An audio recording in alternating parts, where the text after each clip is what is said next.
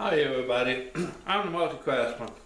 It's been a little while since I've made a video.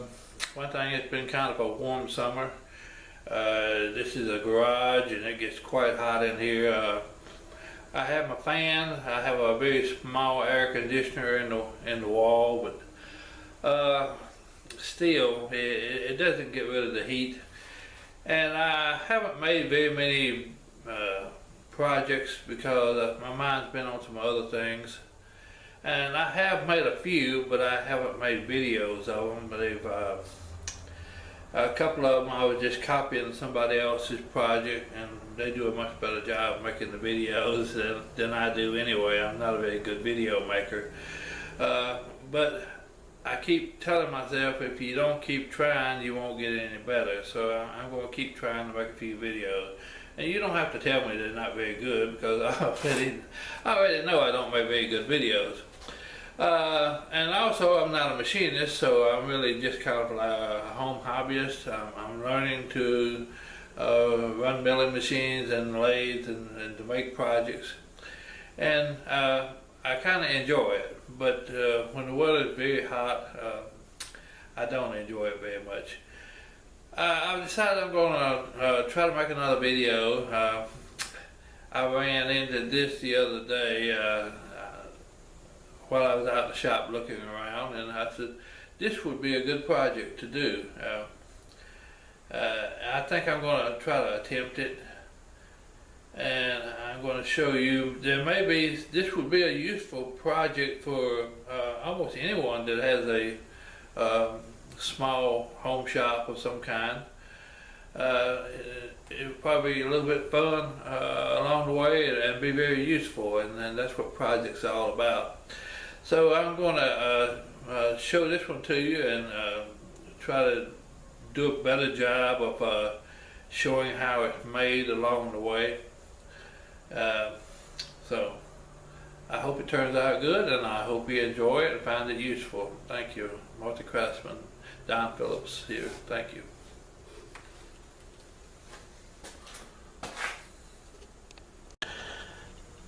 Hi everyone.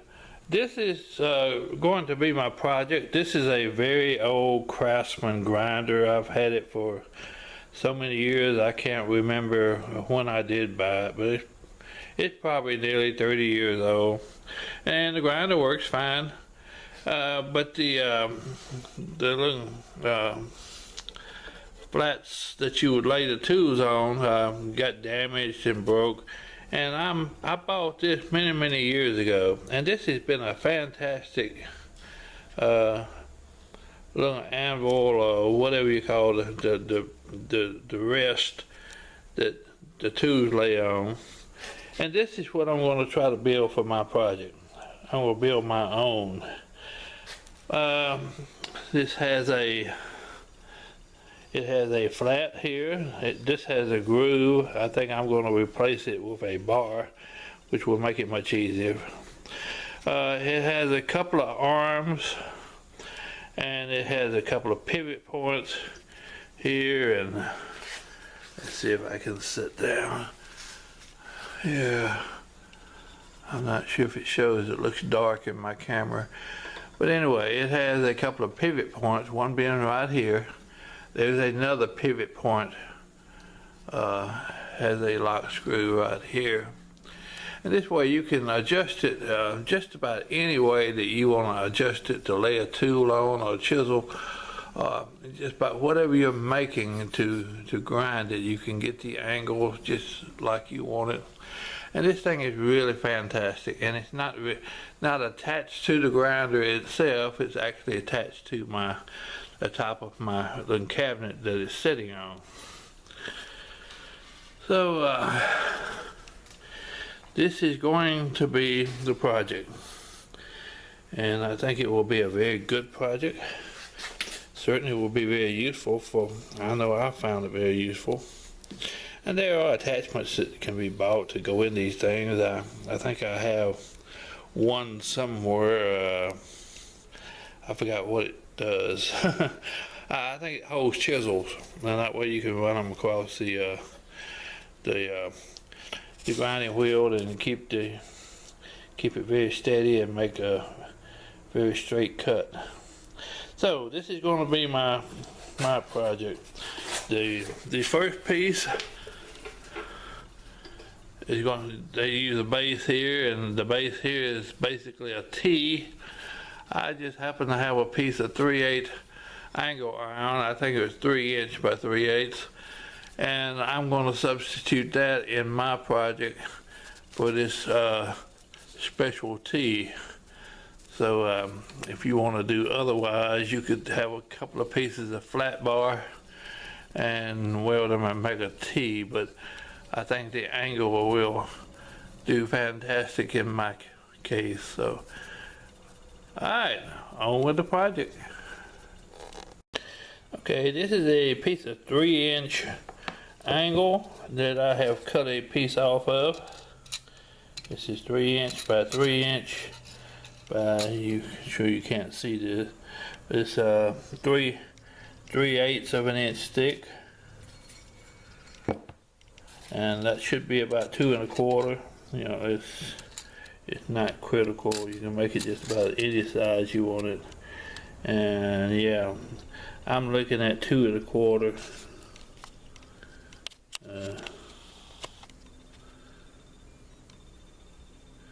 Thereabouts. Good enough. So this is going to be my base piece that takes the place of the T, and I'm going to do some trimming as far as height and the bottom leg too. The leg will stick out further than what I need. I only need enough to give a little support and put a couple of holes in to attach it to my top of my cabinet. This is something that everyone can make to suit their own purpose. Here I'm using a piece of round stock. I think this is 3/4 of an inch, and I've got a 1/4 inch drill, and I'm drilling the hole all the way through. There will be bolts that go all the way through this to clamp the legs.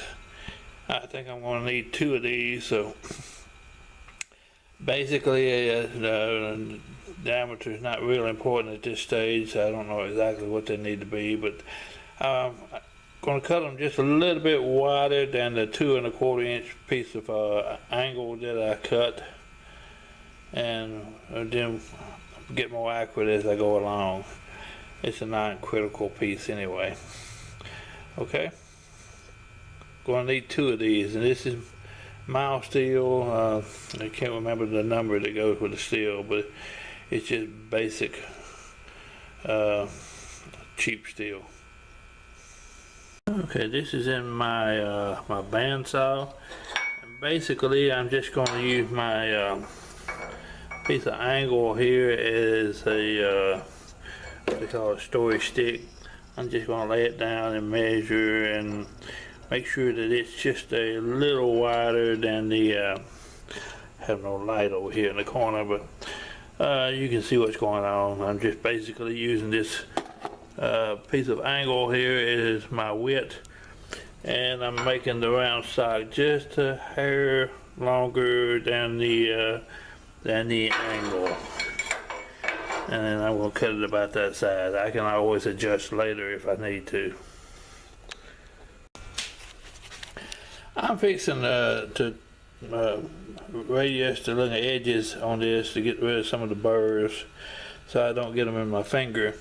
But let's see if I can get this light to point that way a little bit. There we go. Maybe that's a little bit better. I know there'll probably be a lot of people out there that like to make fun of my little antique tool holder here, but you know, I bought this thing before I got the lathe, and actually at that time I did not know anything about lathes. I had read a couple of articles, people that wrote it, and I think the articles were probably 50 years old. They had a tool post holder like this, and I saw this one on eBay, and for $20-something, I think it was pretty cheap, and I bought it before I had actually bought the lathe, or at least before I had received the lathe. I think I had bought it, but you know, it takes a few weeks to get these things. So I bought this 2-post, and I bought my quick change 2-post up here. But when I got the lathe, it had this. Let's see if I can get a light on it. It had this compound right here on it. This compound has no T-slot. I'll pull it out. I'm sure I'm going to drop stuff everywhere. It has no T-slot. This thing mounts on top. And the one thing I did want to use, I did want to get it adapted so I could use this 2-post here, the quick change 2-post. Because, again, relying on what everybody writes, this is the thing to use, and this is okay until you can get one of these. So I started using it, and I kind of like this. It's the only thing I had ever used. I could not use this one because it took a T-slot, and could not even use this one because it also took a T-slot. So the two I had bought I can't use. Well, after reading some articles and watching a few more videos, I figured out the way to adapt this quick change 2-post here to what I had. This has a small diameter screw coming up through this compound up to here. It looks like it's about a 5/16 or something. It's not very big. And I came up with the idea of making this. This is a post that I bored out and threaded on the inside to match the threads on this, so I could screw this down on there. I think there's also like a spacer or something on this, and I cut it off of mine and made another spacer that would slide on and off. So then I could put this on the thing and screw it on, and then I could slide this 2-post over it and use the nut. Of course, I have also changed that. It came with, yeah, I think that's it right there. It came with this nut right here. So, and I use this one, but I made it with the purpose that I could always take this off and go back to using this here. Well, at one time I had the idea that I'm going to make my own 2-post and one that has a T-slot. So that's a fairly recent item that I did, and that is my compound right here. Actually I love it. I'm glad I did it. It has a T-slot now right here. And the T-slot, if I can't take it off. I don't need this anyway. It gave me the ability to actually use this thing right here. And I just bought this 2-holder off of eBay. I think I paid $17 for it or whatever. And now I can actually use something that I bought a year ago. And I like that. But mine has the T-slot now, so I can slide my tools on and off. And I don't feel like I wasted any money, because now everything I have is useful and everything will work.